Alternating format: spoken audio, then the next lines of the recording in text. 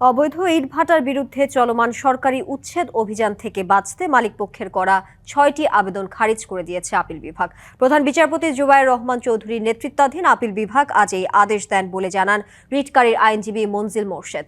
তিনি জানান, ইতিপূর্বে হাইকোর্টের একটি দ্বৈত বেঞ্চ পরিবেশের সুরক্ষায় অবৈধ ইটভাটা বন্ধের আদেশ দেয়। ওই আদেশের বিরুদ্ধে আপিল করে রংপুর, নেত্রকোনা, যশোর, গাইবান্ধা সহ ৬টি ইটভাটার মালিকেরা।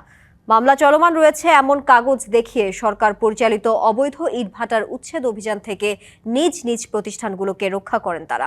জনস্বার্থে human rights and peace for বাংলাদেশের নামের সংগঠন বিষয়টি আপিল বিভাগের নজরে আনেন।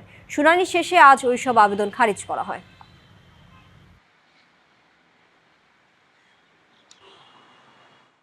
শুধুমাত্র আপিল পেন্ডিং এই সার্টিফিকেট দিয়ে অবৈধ ইটভাটার মালিকরা প্রশাসনের যোগসাজশে ইটভাটাগুলো পরিচালনা করছিল।